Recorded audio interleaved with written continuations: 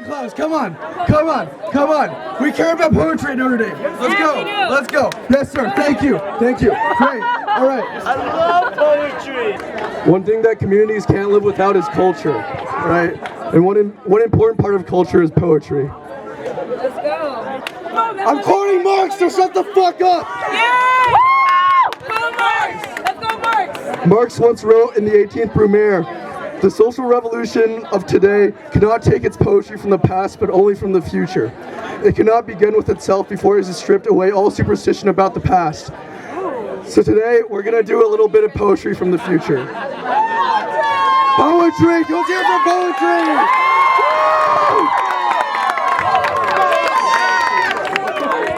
So the poem I'm going to be reading out to you guys today is not my own original creation. I translated it from the German. There was a poet named Bertolt Brecht, who was a poet in sort of the early 20th century. Really important guy, really great poet. This poem in German is called An die Nachgeboren. In English it translates to those born later. I really appreciate its delicate balance of hope and despair. So, shut up! Please shut up! I'm gonna read my poem! Please shut up! Thank you! Okay. To Those Born Later, by Bertolt Brecht, translated by me. 1. Truly, I live in dark times. A sincere word is callous. The unfurrowed brow betrays a hardened soul. Laughter is for those who can afford to forget. What kind of times are these, where it is almost a crime to gaze at trees in their silent complicity? And that man there, so calmly crossing the street, is he abandoning his friend who needs him? It's true I make a living. Believe me, that wasn't my plan. I eat meals I don't deserve. I was spared in the place of my betters, and when my luck fails, I will be lost. They tell me, eat, drink, enjoy yourself. But how can I eat and drink if my meals are served by the starving and my glass held water for parched throats? Still I eat and drink. Once I wanted to be wise.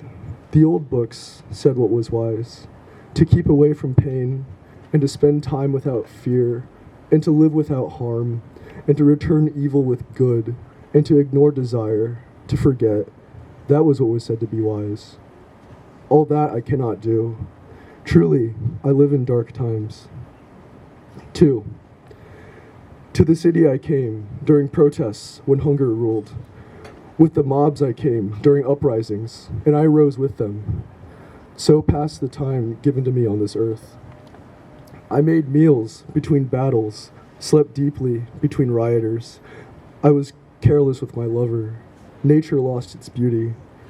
So passed the time given to me on this earth. Streets led to blind alleys, letters seized by butchers. I could only do so much, but the powerful be safer without me. I clung to that. So passed the time given to me on this earth. Strength was limited, the end was far, though visible, though I was blind to it. So passed the time given to me on this earth. 3. You who will float on the flood under which we drowned, remember when you speak of our failures, also the dark times that you escaped. There we went, changing names more often than shoes, through the class struggle, desperate when injustice inspired only meekness. But this we know, hatred, even of inhumanity, sets lines into our face. Anger, even against injustice, makes our voices hoarse.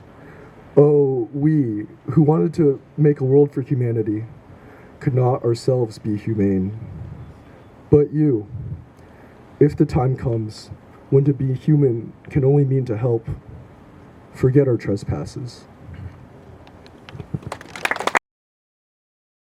The one and only Coby.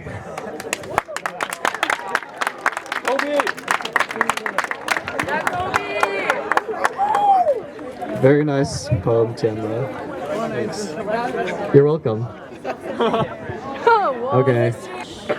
I will be presenting a poem that I wrote myself, and it is called A passionate love poem dedicated to the dearest space god. Oh fuck, dude. I fell in love with the space god the second I saw her. We DoorDashed Chick-fil-A on our first date. We watched dozens of A24 movies until we were barfing for 10 consecutive years. We flew into the sun's jelly body, and it was at this point that the space god reached down and unzipped my pants. Yikes! I proceeded to strap my space condom on and have a bit of sexual intercourse with the space god herself. To be honest, the interior of her vagina felt like a tube of glass shards. My baby, my space god, please shoot me with your plump little laser beams. Blah, blah, blah, blah, blah. I want to feel like my intestines are being deep fried. I want to be the fireball that kills every single endangered species on the planet. If I could peel my face skin off my head and reshape it into anybody, I would choose to look like someone who gets mad bitches. Someone like Pete Davidson, probably. I hope this will make the space god jealous. After I am dead, I want my ashes to be hyper-compressed into a bullet that will shoot into the space god's cold, hollow heart. Inside the space god, I will once again become alive as a dollar bill. My new body will be made out of the crust that peels off of dying stars, out of corporate greenwashing slogans like, "Be the pollution solution," and "There's no planet B." You know, shit. In any case, death is nothing that I, nor the space god, could ever have predicted. I am so tired, can I make my own annihilation come any faster? Perhaps if I sign this change.org petition, or whatever. Fast forward 10 kabillion eons, and I find the beautiful space god curled in a ball, crushed by a billboard. I ask her, "Oh, glorious space god, what will become of me?" She replies, "Thank you." Thank you, Coby. Coby is incredible. He's in my advanced poetry writing class, and we fucking slay every day. We fucking kill it. I'm not even gonna lie to you. Okay, so my name is Kate Casper. You can call me Casper, you can call me Kate, you can call me Underdog, you can call me Jasmine if you're feeling frisky. What's up? Okay, I have some really short poems, and they're not as funny as that one, but they're chill. So let's give it our best shot. I love you too. Okay, so this first one is called Untitled for Now. I have many untitled for nows. If it's only disco that can save us, we should put all our eggs in one suitcase again. Go somewhere we can stack our sweet time on top of each other's, tucked in the overhead bins where hair clips become last straws and lemons become trips to the Coinstar machine. I figure if you have $0 in credit, then you have $64.25 in your piggy bank.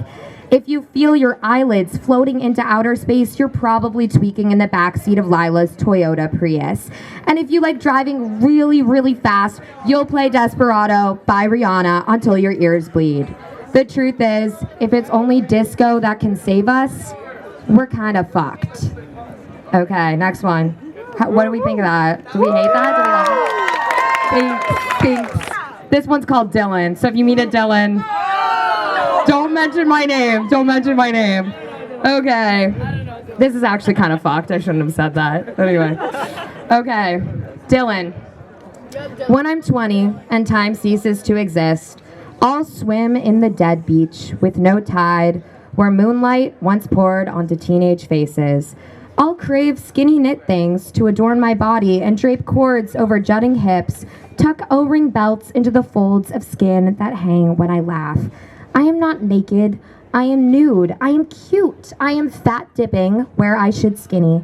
I am present pain where I should pleasure. I am sipping whiskey like it's you.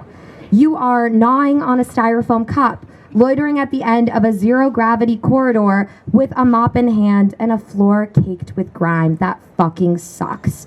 You can hear your own shoes squishing and squeaking. You are sneaking gulps and sudsing tiles at 3 a.m. You are janitorial. You are general. You suck at 3 a.m. You are nowhere to be found.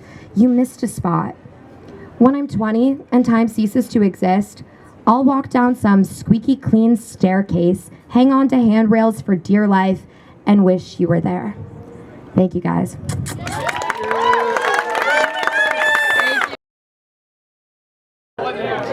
Coby, how do you feel? I feel awesome. How was your cock feel after the glass vagina? It feels alright. Spoken like a poet.